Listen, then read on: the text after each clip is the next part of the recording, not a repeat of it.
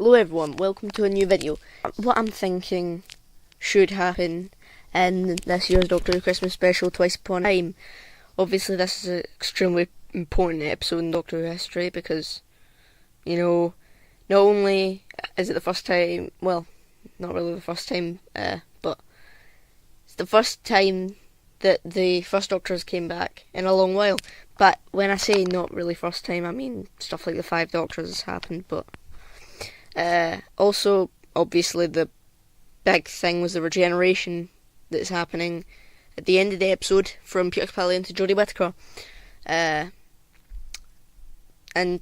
you know, Christmas specials are always just fun episodes that everyone can enjoy, and normally, just if you want to enjoy some good Doctor Who, watch a Christmas special. Just not the Doctor, the Widow and the Wardrobe, anything but that.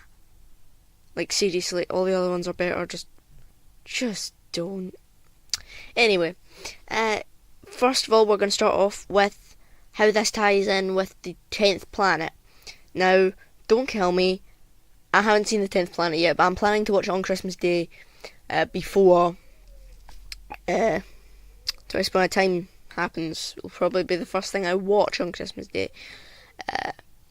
But I would like it if they sort of tied it in. There is some stuff circling.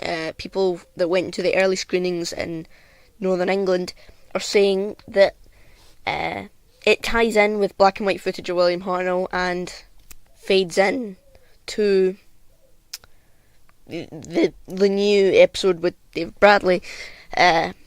So that I'm really looking forward to. I'm just hoping that they do it well and that it doesn't look choppy and stuff or stupid or weird, because John Smith done the trailer for Twice Upon a Time, the first one, and they had that transition between William Hartnell's amazing speech about emotions, and they managed to morph it.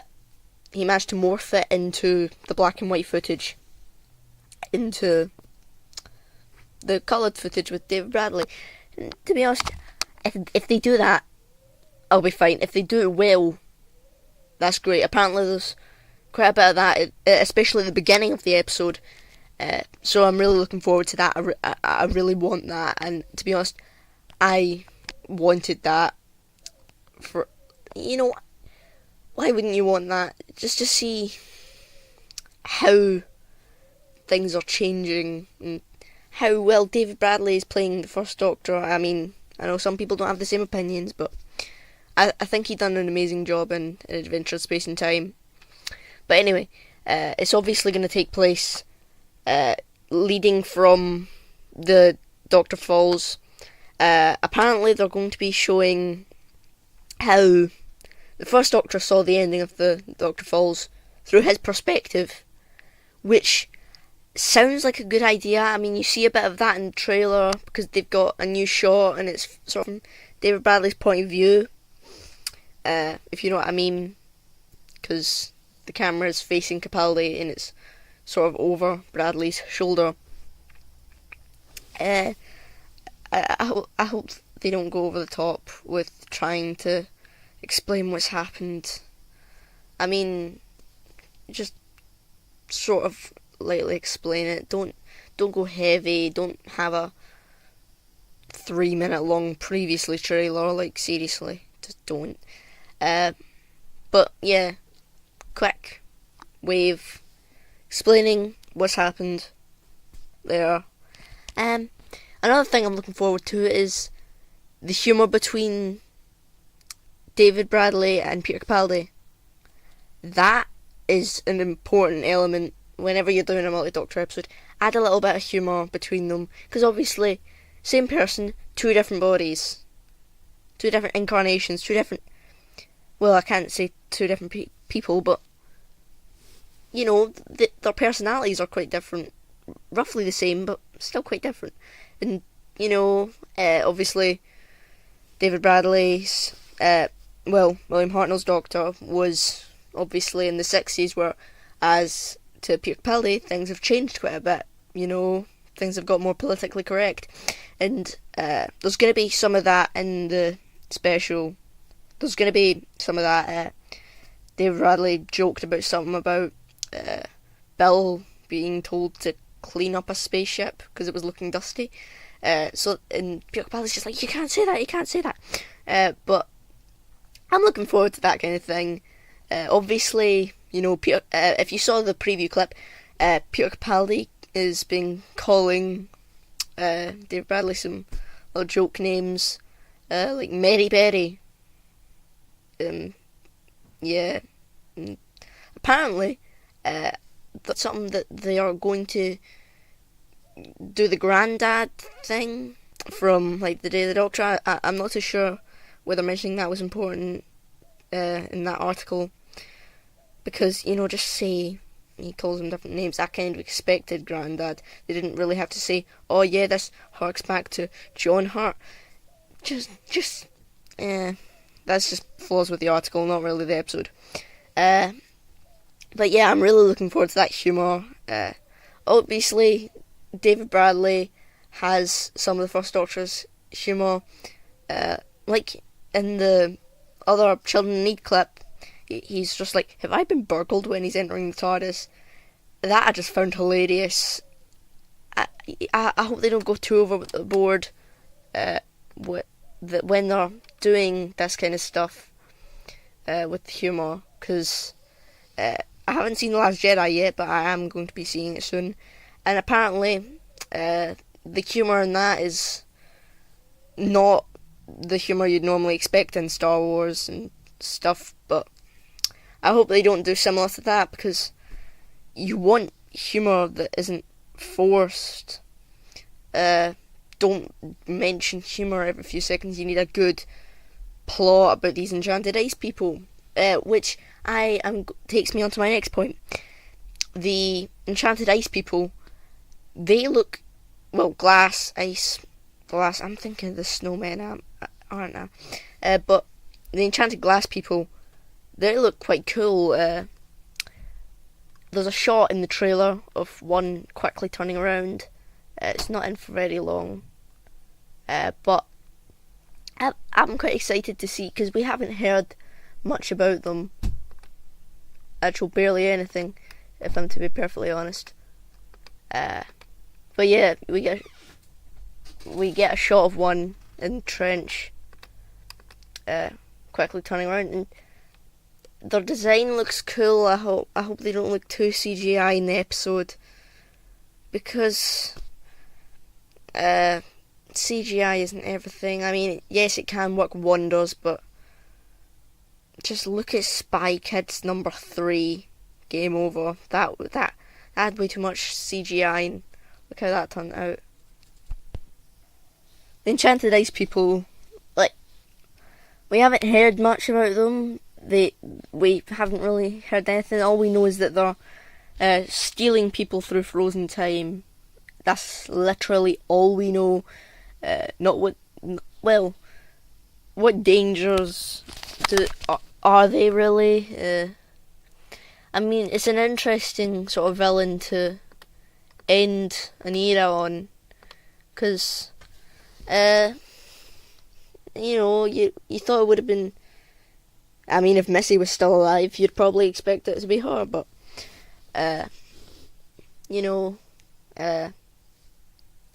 Glass People, interesting villain to pick. Can't really say much about them. They're interesting, and the design looks pretty interesting too. I can't explain their design too much. They don't have lumps or anything on them, whatever that's supposed to mean. They're smooth, shiny. Apparently, we've already got someone cast, and the casting says ice, black,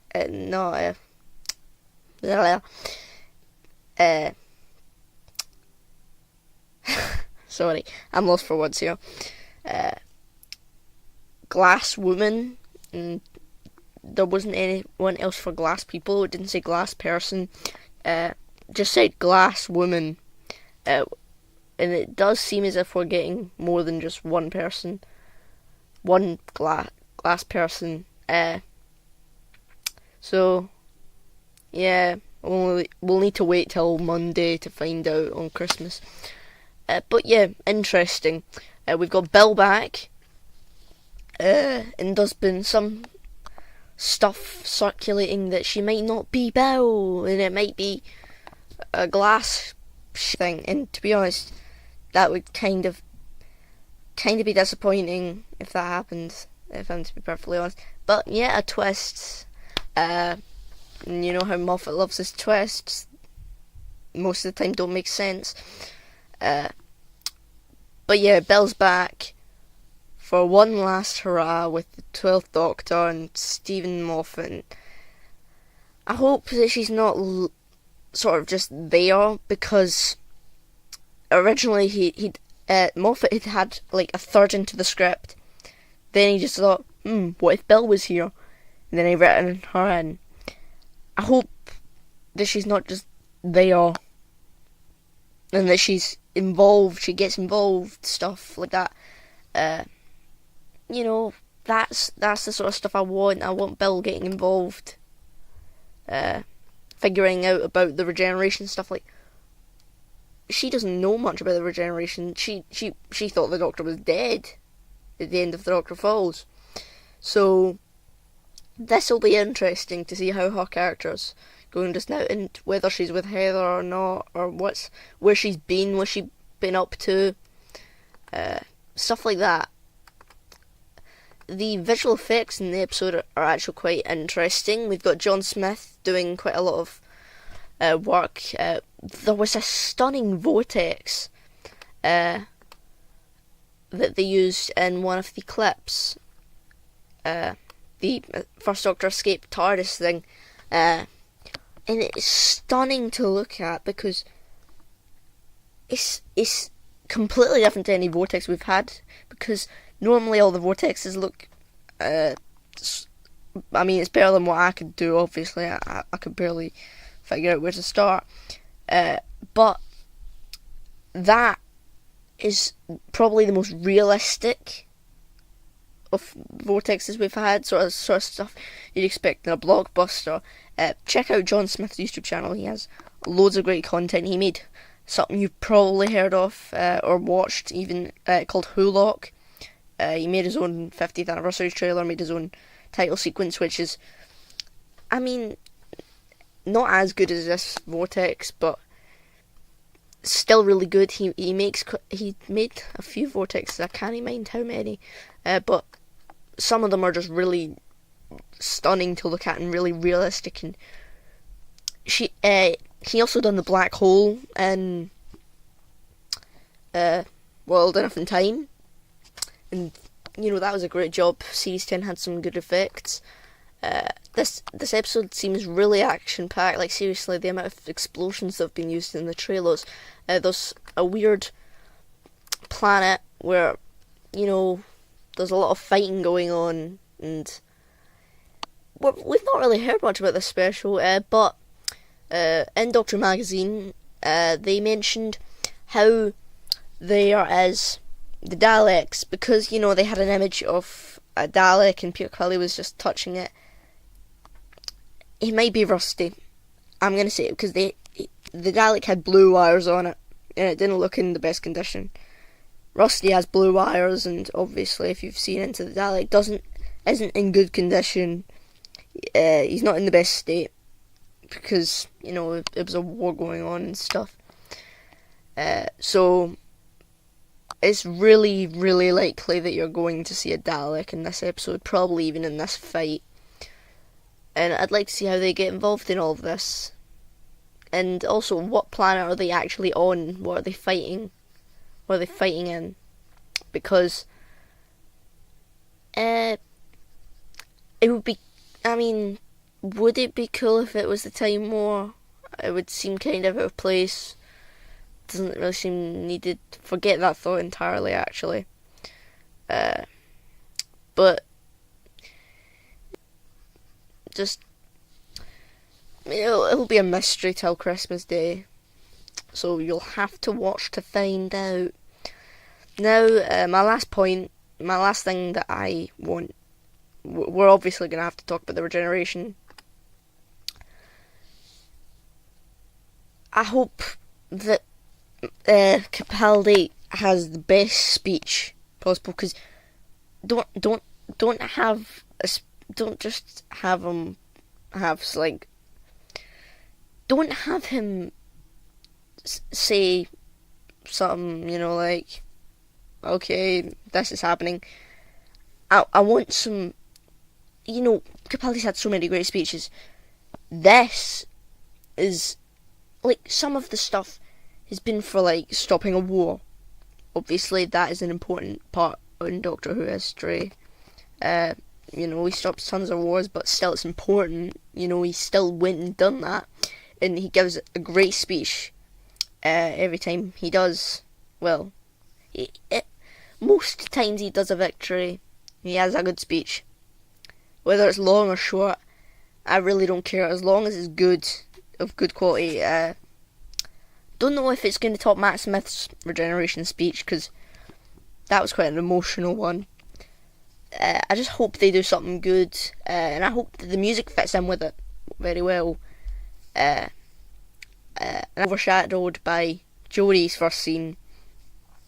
But as you can see from the trailer, the regeneration looks really explosive, and it seems quite like the Tennant regeneration. Not exactly how I would have decided to send him off. I would have done the Hartnell thing and have him lie on the floor, like, that's what I always imagined. It would have been better if they'd done that, rather than the standing up, hands out, head up thing which they've been using since 2005 now. And I really would have liked to see Capaldi regenerate on the floor, classic style, because in a way Capaldi just sort of echoes of the classic Doctors, specifically the first three, with a little bit of Baker in them. And to be honest, he loves that, and I mean he did get the Mondasian Cybermen back. Some people argue, saying, the Doctor Falls Cybermen, they wanted the 10th Planet Cybermen, but Peter Capaldi really should have deserved to. I basically just feel as if Capaldi deserves a classic regeneration instead of. I just feel as if I can see people will probably agree with me with this, but the explosion stuff, I mean, yes, it is exciting and all, and it will probably cause the TARDIS to crash and lead into episode 1 of series 11, but Capaldi's Doctor is really sort of classic-y, and that regeneration would be really fitting, not only for Peter but for his Doctor. And I think Peter would have been happy with that. I mean, he might be fine with what he's got just now, but it really suits Peter's Doctor. Anyway, I hope you understand these points and sort of agree with me. And I'm excited for Christmas. If they don't do all things, I really don't mind. As long as the episode's good, I'll take anything.